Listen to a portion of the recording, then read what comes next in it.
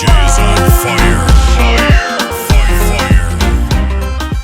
Hey, what's up people, it is your guy here, DJ Cliff. Welcome again to this wonderful channel. If you're new, please consider subscribing down below and telling a friend about this channel of what you're seeing right now. And please don't forget to like and watch this video up to the end. Okay, I've been doing lots of research on how you're gonna upload your own sound effects on the CrossDJ application, but it's quite very hard. I've really tried, I've done lots of experiments and they're not working out. Today I'm just gonna show you how you're going to interact with the CrossDJ application, and this is a combined video.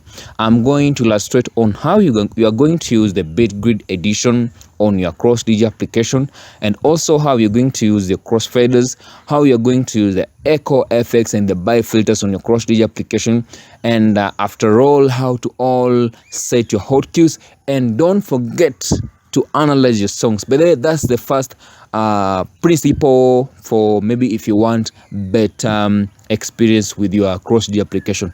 Just set your CrossDJ, just go to the analyze and analyze your songs and try to adjust maybe on how you want to set your BPM, maybe from higher BPM going towards the lower BPM. Example, the higher BPMs are the hip hops one, the one which runs at 140 beats per minute. Specifically, they usually run at that point.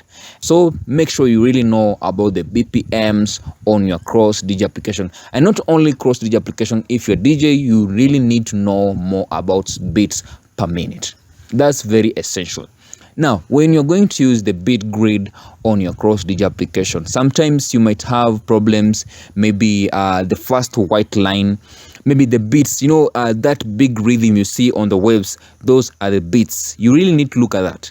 Those are the beats. So if you see some swellings on the waves, just know that is a beat. So if maybe that beat is far behind the white line, you might have some problems when you want to touch the cue, and sometimes they will not match up.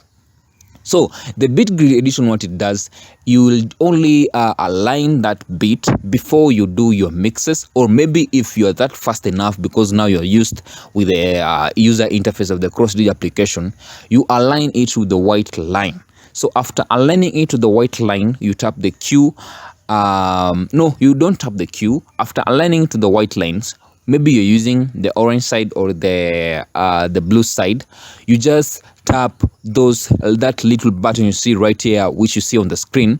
Then after tapping after tapping the first button you see right there, then you tap the cue. That's how you're going to align that beats. After doing that, your beat is well aligned. After doing that, you see maybe your song might be 102 beats per minute, and the other song which is playing might be 104 beats per minute. You go adjust your crossfader, because for me, I usually don't use the scratch option in the crossfader. I usually use the auto fade. That's what I usually use on the CrossDJ crossfader. So you put to the lower end. Then after putting on the lower end, the one which is not playing, you tap the synchronize button maybe twice or four. Sometimes it might not synchronize or maybe align with the beats which is on the other side. So you tap the synchronize button and then tap the cue to make it more aligned. After doing that, your song is well synchronized and it's playing nice and fun. Sometimes aligning might be a problem. So using the bend option in the scratch option you see right here on the screen is very easy. What you just need to do, at least try to tap the cue button as fast as possible, so that the first beat at least matches the first song. When it does that, when it matches the first song, then you go tap the button on the bend. After tapping that button on the bend, there's usually the negative side and the positive side. So maybe if the song is far on the left side and you want it to be at least on the right side, you tap the plus button. If it's far from the negative button, you tap the negative button to at least bring towards your left hand, at least so that the beats might be well aligned. And you need to be very fast to do that always, or maybe you can not perform a very good scratch or maybe aligning that. So make sure you keep practicing and learn more in that section. Then another point is, after you've already analyzed your songs, it can be a very good thing to do. And by the way, that should be the first thing when you first open your user interface on the CrossDJ application. After doing that, at least you will not have lots of problems, because sometimes if you're using lower end phones, it might have some problems when it loads.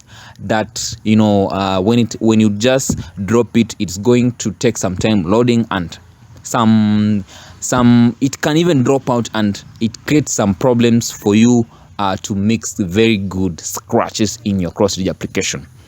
Mostly, the scratch patterns are very essential in your CrossDJ application, or maybe as maybe a trick you want to maybe add flavors in your mixes. So what you need to do about that, it's just coming up with a new pattern in the CrossDJ application. Like for me, like you see right there,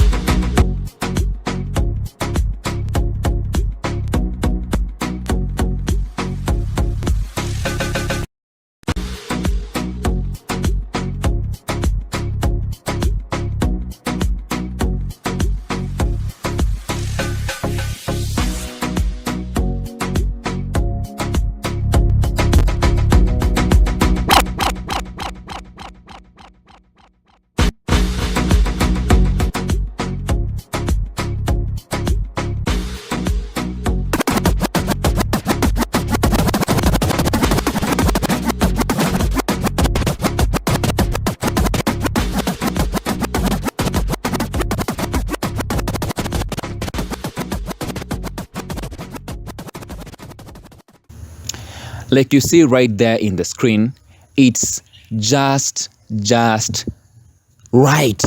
Just come with your own way on how you're gonna scratch and make your pattern more unique, and that's where your fans are going to like you more, just from the uniqueness of your own scratches. Do not scratch the way I scratch, but I'm just gonna from the previous part you've just seen, my scratch has been quite on my own uniqueness. You see, so keep on practicing and putting on your own way on how to scratch on your CrossDJ application. You'll always like the outcome. And then another thing I was forgetting is about the quantize. What the quantize does in your CrossDJ application, it's like, sometimes your song is playing. Like you see, your song is playing, and now you want it to get, maybe you're tapping the cue button and you want it to play and get synchronized with the song which is playing. The quantize button, what it does, it gives you an easy way on how you can align your songs automatically from the start. Therefore, when you tap the cue button, it's not going to just jump the other way out. It's going to start from where you only wanted it to start. So make sure at least the quantize button is on for your own benefit, and you're going to like it. So guys, keep on practicing. You're going to like the outcome of the CrossDJ application. Another thing is about this Echo FX, the bi-filters. These parts are very essential if you are a young DJ out there and you really want to know more about the CrossDJ application. This button you see there, we have on that box you see right there.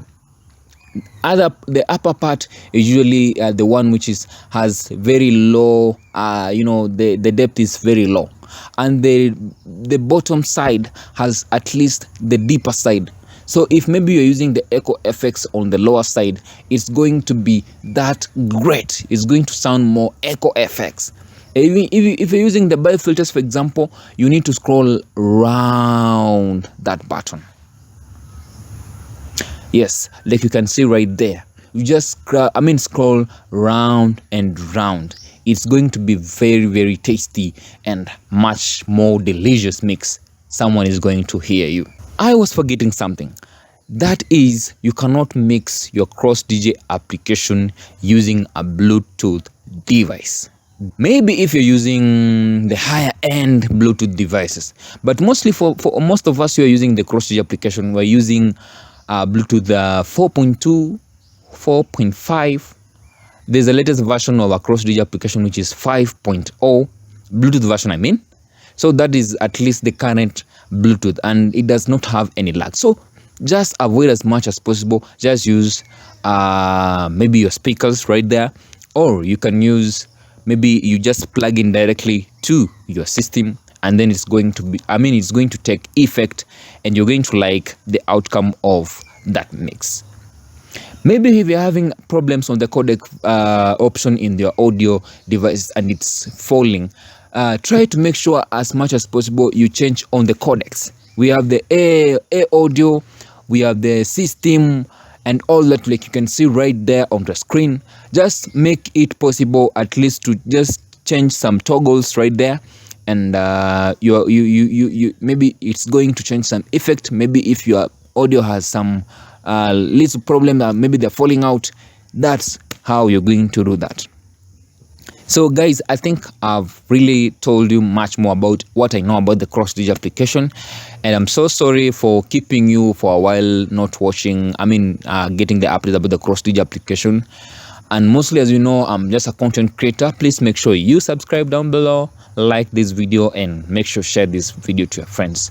Let's meet to the next video, and it's gonna be so much entertaining. Have you seen my previous video?